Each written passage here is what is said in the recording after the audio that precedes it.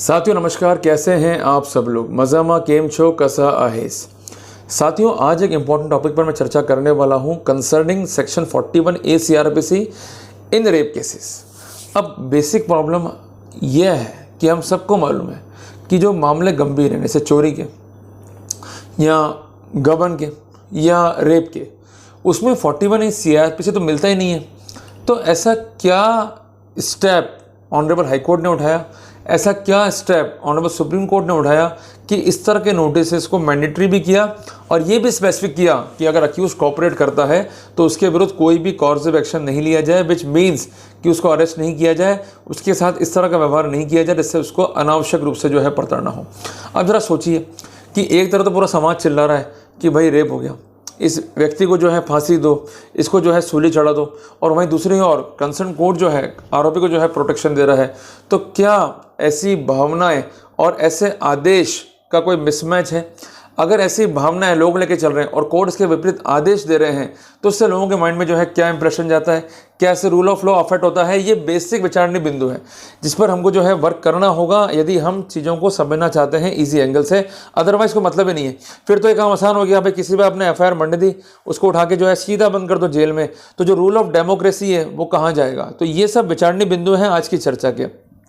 तो mood question क्या है कि क्या रेप मैटर्स में अक्यूज यदि कॉपरेट करता है तो उसे 41A CRPC का नोटिस दिया जा सकता है, खासकर तब कि जब कोर्ट ने ये कहा हो कि उसके विरुद्ध जो है कोई कॉर्सिव एक्शन जो है वो नहीं लिया जाए। नंबर 2, ऐसा नोटिस मिलने पर अक्यूज की ड्यूटीज़ क्या हैं और उसके अधिकार क्या हैं। नंबर 3, अगर अक्यूज कॉपरेट नहीं करता है तो उसके विरुद्ध क्या कार्रवाई हो सकती है। नंबर 4, क्या ऐसे नोटिस के तहत अक्यूज मेडिकल एग्जामिनेशन के लिए बाउंड है या नहीं है। अगर ऐसा मेडिकल एग्जामिनेशन हो रहा है तो उसके आउटकम एविडेंस में क्या अक्यूज ये कह सकता है कि ये आर्टिकल 20 सब क्लॉज 3 संविधान का उल्लंघन है। तो ये ऐसे मूड क्वेश्चंस हैं, ऐसे प्रश्न हैं जिनका जवाब जो है जरूरी है। अगर जवाब नहीं होगा तो प्रश्न होने से हमारा समाधान नहीं निकलेगा। साथियों मैं एक बात हमेशा कहता हूं कि if you are not having a solution then you are the problem. अब चलते हैं बेसिक कॉन्सेप्ट के ऊपर। अब समझिए रेप को और कंसेंचुअल सेक्स को। रेप में क्या हो रहा है कि अगेंस्ट विल, अगेंस्ट कंसेंट, या वो अंडर एज है या किसी व्यक्ति जिसमें उस महिला का इंटरेस्ट है उसके अगेंस्ट में हमने फोर्स यूज़ किया या उसको थ्रेट किया और जिसके कॉन्सिक्वेंट में हमने कंसेंट जो है ऑब्टेन कर ली, या महिला को हमने इंटॉक्सिकेट किया या किसी ऐसे केमिकल का सेवन करा जिससे वो समझ नहीं पा रही कि उसके साथ क्या हो रहा है और हमने कंसेंट ऑब्टेन कर ली। These are the glaring examples कि अगर इन परिस्थितियों में उसके साथ इंटरकोर्स हो रहा है तो it will amount to rape. पर आज सोसाइटी में क्या हो रहा है, लड़की और लड़की के बीच जो है अट्रैक्शन डेवलप हो गया और लड़की ऐसे चेंज कर रही है लड़कों को जैसे वो अपना बाथरूम टॉवेल जो है चेंज करती है। आज करे क्या व्यक्ति, कॉलेज टाइम पे है, लड़की जो है टच में आ गई तो शुरू में तो हेलो हाय होगा, फिर इसके पीछे जाएगा और फिर जो ये दोस्ती थी और निकट आ जाएगी और ये मैत्रिक पूर्ण आचरण जो है कब शारीरिक संबंधों में तब्दील हो जाएगा उस लड़के को पता ही नहीं। वो लड़का सोच रहा है कि वो जो कर रहा है बिल्कुल ठीक है, कि ये वही लड़की है जिसकी मुझे तलाश थी, वो उसके पीछे जा रहा है, उसकी सारी हेल्प भी कर रहा है, उसके सारे होमवर्क भी करवा रहा है और इवन उसकी सारी इच्छाओं की पूर्ति भी कर रहा है। मतलब अपनी माँ को वो बंदा सुबह की चाय नहीं पिलाएगा पर अपनी गर्लफ्रेंड को वो बड़े से बड़े होटल में जाकर खाना जरूर खिला देगा। ये इस देश का दुर्भाग्य है। अब कहाँ जा रहा है युवा भाई? जहाँ एक और हम पढ़ते हैं यूट्यूब पे या फेसबुक पे या सोशल मीडियाज पे कि धर्म बढ़ रहा है और लोग धर्म के प्रति इतना जागरूक हैं कि आए दिन देख लो आप सभाएं हो रही हैं, कुछ लोग अपने विशेष कहते हैं ना एक प्रिस्ट फॉर्म में जो है कन्वर्ट भी हो रहे हैं। बट प्रॉब्लम क्या आ रही है कि कुछ युवा ऐसे भी हैं कि जो इस तरह का आचरण कर रहे हैं और अंतोकथवा जब वो लड़कियों की इच्छाओं को पूरा करने में असफल हो जाते हैं तो वो लड़कियां उन पर प्रेशर करती है कि तो कुछ भी कर, पैसा लेकर आ, और इसके साथ साथ मल्टीपल कनेक्शंस जो है वो ले लेती हैं और सबको जो है लूटती रहती हैं। फिर जो बेस्ट है साथ में उसकी घूमते रहेंगी और जिसने पैसे नहीं दिए तो उसको जो है बुक कर देंगी इन अ फॉल्स रेप केस। अब बेचारा वो भुगत रहा है, पुलिस अलग बुला रही है, डंडा अलग मार रही है उसको कि भाई तूने गलत कर दिया, तूने कर दिया बलात्कार इस लड़की का, अब तू जेल में जाएगा। और बलात्कार एक सीरियस कंसर्न है और सरकारों ने इस कंसर्न को सीरियस लेते हुए स्ट्रिक्ट प्रोविजंस जो है इंकॉर्पोरेट किए कानून में कि बलात्कार चाहे कोई पब्लिक सर्वेंट करे, बलात्कार जो है वो एक गैंग रेप के फॉर्म में हो, बलात्कार जो है कोई इंडिविजुअल कर रहा है और उन कंडीशंस में कर रहा है जो मैंने बताई आपको, तो उस सिनेरियो में ये गंभीर स्थिति है। इसके अलावा एडिशनल पैरामीटर भी दिए गए बट यूजुअल जो मोड सामने आते हैं वो वही हैं जो मैंने आपको अभी बताए, अर्ज भी किए।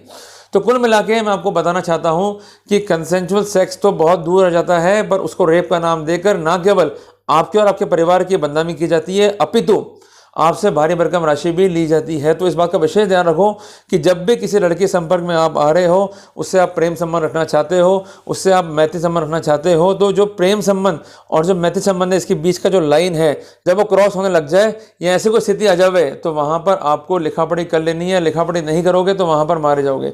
तो अगर आपको लगता है कि आपका छोटा भाई या आपका बड़ा भाई ऐसा करता हुआ आपको दिख रहा है, तो अपने माता पिता को अलर्ट जरूर कर दें, उसको अलर्ट कर दें, भाई तेरे साथ जो है कांड हो सकता है अगर तू नहीं जागा।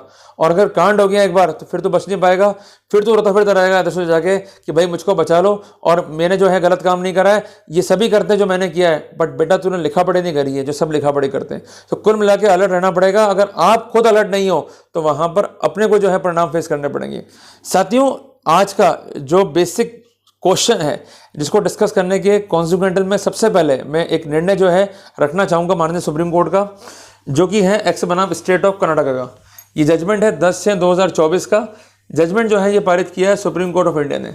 इसमें कोर्ट ने ये कहा कि मेडिकल एग्जामिनेशन जो है जरूरी है रेप केसेस के अंदर। अगर रेप केसेस में अक्यूज मेडिकल एग्जामिनेशन के लिए हाजिर नहीं होता है, it will amount to non cooperation, तो वहां पर उसकी बेल रेमेडी को भी निरस्त कर सकते हैं। और कोई कॉज ऑफ एक्शन के तहत उसको प्रोटेक्शन मिला है तो उसको भी जो है निरस्त किया जा सकता है। तो answer number 5 is given in affirmative. अब आ जाए पॉइंट नंबर 4 के ऊपर। अगर अक्यूज कहता है कि मैं अपना मेडिकल एग्जामिनेशन नहीं कराऊंगा, अगर मैं ये एग्जामिनेशन कराता हूं, इसकी एविडेंस जो आएगी वो मेरे फंडामेंटल राइट्स को अफेक्ट करेगी, खासकर आर्टिकल 20 सब क्लॉज 3 को, तो क्या करें? तो कोर्ट ने कहा कि अगर मेडिकल एग्जामिनेशन हो रहा है तो ये किसी भी रूप में आर्टिकल 20 सब क्लॉज 3 संविधान को अफेक्ट नहीं करता, क्योंकि हम आपसे कन्फेशन नहीं करें। हम तो कह रहे हैं कि भाई आपका मेडिकल एग्जामिनेशन होगा, कुछ आपके बॉडीली पार्ट से कुछ ऐसी एविडेंस जो है कलेक्ट की जाएंगी जो एलिज क्राइम से आपका कनेक्शन जो है स्पष्ट करने में जो है सहायक होगी। अगर आप दोषी हो तो वो कनेक्ट करेगी, दोषी नहीं तो कनेक्ट नहीं करेगी। तो इस तरह की एविडेंसेस जो है आर्टिकल 20 सब क्लॉज 3 का उल्लंघन नहीं होगी। तो answer number 4 again given in affirmative. अब आते हैं क्वेश्चन नंबर 3 के ऊपर कि 41A सीआरपीसी का नोटिस मैंडेटरी है या नहीं है। देखो साथियों, इस मामले में इनिशियली जब ये व्यक्ति हाई कोर्ट में गया था क्वेश्चन के लिए, तो इसने एक मांग करी थी कोर्ट से कि मेरे खिलाफ कोई कॉर्सिव एक्शन ना लिया जाए, क्योंकि मेरे साथ जो भी इसके संबंध है वो कंसेंजुअल है। सारे एविडेंस को उसने रखा, looking to the fact and circumstances ये आदेश दिया गया कि इसके खिलाफ कॉर्सिव एक्शन ना लिया जाए।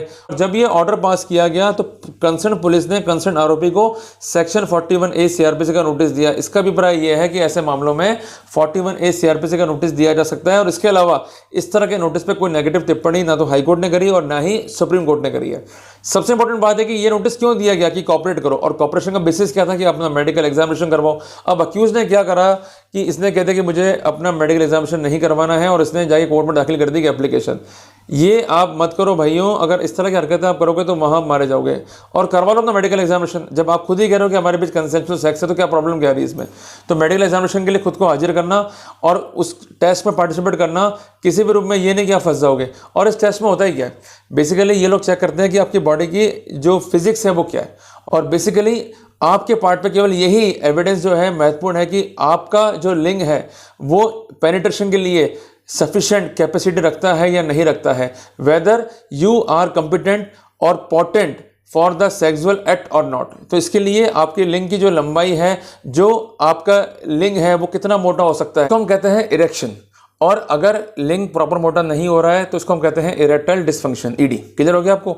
तो कुल मिला के ये साइंटिफिक टर्म्स हैं, इसको जो है चेकआउट करते हैं और इसके आधार पर जो है निष्कर्ष निकालते हैं और क्या हो रहा है। और इसके अलावा अगर डीएनए प्रोफाइलिंग के आदेश हैं तो ये लोग यूजुअली डीएनए प्रोफाइलिंग भी करते हैं और अक्सर ये अवॉइड करते हैं। बट डायरेक्शन इंपेरेटिव क्या है कि डीएनए प्रोफाइल भी करनी चाहिए, ताकि ये मालूम कर सकें कि जो स्पर्मेटोजोवा जो कंसर्न लेडी है उसके वेजाइना में है वो आपके स्पर्मेटोजोवा से मैच खा रहे नहीं खा रहे, ताकि एक कंक्लूसिव एविडेंस जो है तैयार कर सकें, एक साइंटिफिक एविडेंस, एक पक्की एविडेंस सेक्शन 293 सीआरपीसी के प्रोटोकॉल में, ताकि वहां पर निष्कर्ष जो है वो इफेक्टिव हो।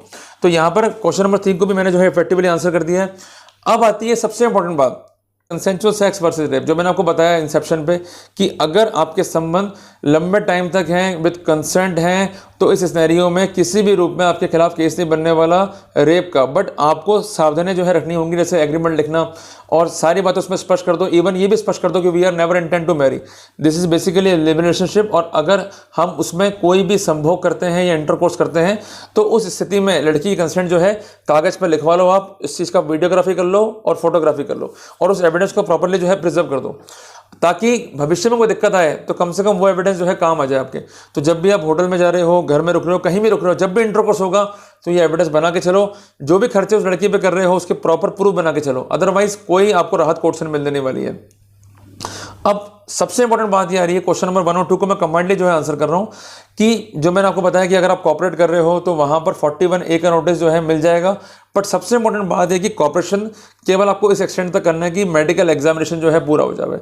बाकी ऐसा कोई भी स्टेटमेंट कॉर्पोरेशन की निगाह में आप देने के लिए बाध्य नहीं हो जो कि सेल्फ इंक्रिमिनेटिंग है या किसी क्राइम में जो है आपको इन्वॉल्व कर सकता है। तो आपके ये अधिकार है, आपके दायित्व हैं और जो कोर्ट का डिस्क्रिप्शन है, कोर्ट की पावर्स है, ये मैंने सारा आपको जो है स्पष्ट कर दिया इस जजमेंट के माध्यम से। तो कुल मिला के हम कुछ निष्कर्ष निकाल सकते हैं कि अगर रेप मैटर है और अगर आप अरेस्ट नहीं है तो आपको एम्पल एविडेंस है कि it is a consensual sex, police मानने को तैयार नहीं है, ज्ञापन दो, हाईकोर्ट जाइए क्वेश्चन के लिए। और यूजुअली ऐसे मैटर्स में अगर पुख्ता आपके पास जो है ग्राउंड्स हैं तो वहां पर यूजुअली ऑर्डर हो जाते हैं कि there should not be any coercive action. अगर सफलता हाईकोर्ट से नहीं मिलती सुप्रीम कोर्ट जाओ, बट सफलता तभी मिलेगी जब आप प्रयास करोगे। जब तक अंतिम कोर्ट से ना हार जाओ तब तक प्रयास करते रहने। दूसरी बात, आप एविडेंस बना के चलो कि भाई अगर आप सेक्स कर रहे हो तो एक एग्रीमेंट जो है जरूर लिख लो, और जब भी आप सेक्स करो कंसेंट जरूर लो हर बार, और उस डॉक्यूमेंट को, उन एविडेंस को प्रॉपर्ली प्रिजर्व कर लो। लड़की पर जो भी खर्चे हो रहे हैं, जो भी आप उस पर एक्सपेंड कर रहे हो, उसके प्रॉपर जो है एविडेंस रखो। उससे जो भी आप चैटिंग कर रहे हो, लव चैट कर रहे हो, जो बातें कर रहे हो, एक एक चीज़ का रिकॉर्ड रखो, तभी आप फायदे में रहोगे। और इसके अलावा जब भी इस तरह के मामले हैं तो वहाँ ज्ञापन देना है आपको, ताकि 41A CRPC का लाभ मिल सके। और यदि पुलिस आपको कहती है मेडिकल एग्जामिनेशन के लिए तो मना मत करो, जस्ट कॉपरेट, इसमें कोई दिक्कत हमारे को नहीं आनी है। अगर हमारा डिफेंस यही है कि it is a consensual sex तो लड़की भी हैबिचुअल निकलेगी इंटरकोर्स के, और आपको भी जो है कोई डर नहीं है। तो इस सिनेरियो में अगर अदर फैक्ट सपोर्ट कर रहे हैं, लड़की के शरीर में कोई बॉडीली इंजरी नहीं है, खासकर external body injury of resisting, तो वहाँ पर डेफिनेटली हमको जो है फायदा मिलने वाला है। तो कुल मिला के इंपॉर्टेंट लीगल अपडेट है आपके हेल्प के लिए, आपको प्रैक्टिकल रूप में गाइड करने के लिए, प्रैक्टिकल रूप में लड़ने के लिए, सामर्थ्यवान बनाने के लिए। तो कुल मिला के घबराना नहीं है, अगर हम सही हैं तो हम लड़ेंगे। तो कुल मिला के साथियों, इस जानकारी के आधार पर आप अपने केस में प्लीडिंग्स कीजिए, अवर्मेंट्स कीजिए, आर्ग्यू कीजिए, definitely we will succeeded. So we have to save those mans who are the victim of those women who are culprit। कि पहले तो हमसे नज़दीकियाँ बढ़ाई, हमारा मिसयूज़ किया, हमारे पैसे लूट लिए, और अल्टीमेटली अब हमें जो है तुले भी ये परेशान करने पे, तो हम उनके अगेंस्ट हैं, उनके अगेंस्ट जो है लड़ेंगे। हम खिलाफ नहीं है लड़कियों के, पर हम खिलाफ हैं उन दुष्ट लड़कियों के जो लड़कों को लूट रही हैं, परेशान कर रही हैं और अपने महिला होने का नजर फ़ायदा उठा रही हैं और कानून की प्रक्रिया का जो है दुरुपयोग कर रही हैं। तो साथियों, जल्दी मिलता हूँ एक नए टॉपिक के साथ। टिल देन, जय हिंद, जय भारत।